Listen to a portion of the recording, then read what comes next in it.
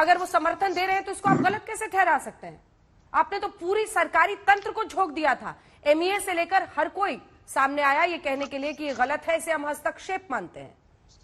बिल्कुल अंजना जी, सबसे पहले तो मैं ये बताऊंगा, जय शाह जी की बहुत याद आ रही है पवन खेड़ा जी को, तो मैं बस इतना ही कहूंगा 1983 का फाइनल्स याद है, इंडिया वर्ल्ड कप जीती, शरद पवार जी ने इतनी अच्छी बैटिंग करी और बीसीसीआई के उसके बाद वो अध्यक्ष बन गए थे। अब कांग्रेस उन्हीं के साथ खड़ी है और वो कहां से आए हैं ये भी पवन खेड़ा जी को पता होगा। बीसीसीआई जो है स्टेट नहीं है, एक जजमेंट है कॉन्स्टिट्यूशन बेंच का, सुप्रीम कोर्ट का, पढ़िएगा आप। दूसरी बात, आपने कहा कि भारतीय दंड संहिता में अपराध है क्या? ये नहीं अंजना जी, विपक्ष और कांग्रेस पार्टी की एक और संहिता है, उसे कहते हैं मोदी नफरत संहिता।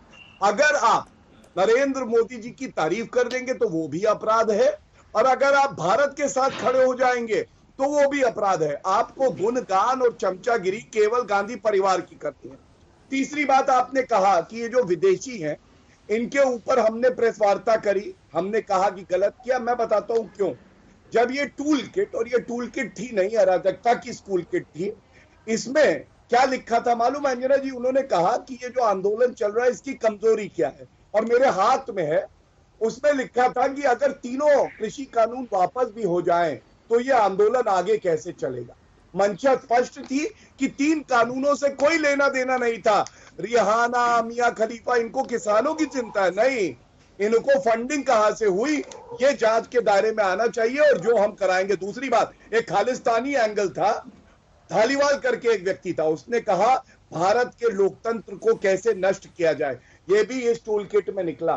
चिंता इस बात की है। और मोदी जी का उदाहरण मैं तभी दे रहा था, सत्ता में आना और जाना चलता रहेगा, लेकिन देश मजबूत रहना चाहिए। देश जब तक है मजबूत तब तक है आपका वजूद, और ये बात कांग्रेस पार्टी नहीं समझ पाती है।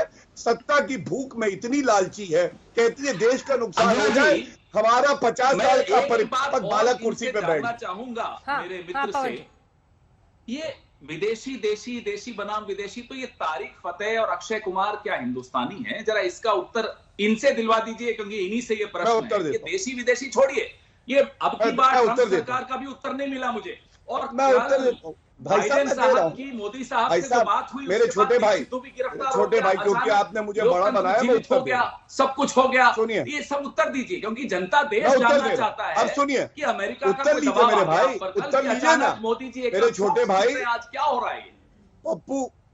अच्छा, उत्तर लीजिए पवन जी। आपने कहा तारिक तमीज से पेश आएंगे तो अच्छा रहेगा। हाँ, तो मैं उत्तर आने की बात, आप चुप नहीं हो रहे थे ना। प्रश्न की लंबाई जो है उत्तर से बड़ी नहीं हो सकती। आपने तारिक फतेह पे पूछा, मैं उत्तर दे रहा हूँ। तो फिर मैं भी बोल सकता हूँ। ये सब इस तरह की आपको शोभा नहीं देता, ये फेक नहीं शोभा देता। अंजना और कश्यप जी के दर्शक आपने उत्तर दिया, देखना चाहते हैं, इसलिए देखते हैं। चौकीदार चोर है, अच्छी डिबेट थी वो। चलिए अब उत्तर लीजिए। फेंकूगिरी निकाल के दिखा दूंगा आपको, कितने पप्पूगिरी निकल जाएगी, ऐसी बातें मत करिए, पप्पूगिरी निकल जाएगी आपकी। मैं बता रहा हूँ, आप पहले उत्तर लीजिए, उसके बाद बात करिए। आपने कहा तारिक फतेह, शो में इतनी पूरा देश जानता है कौन है पप्पू।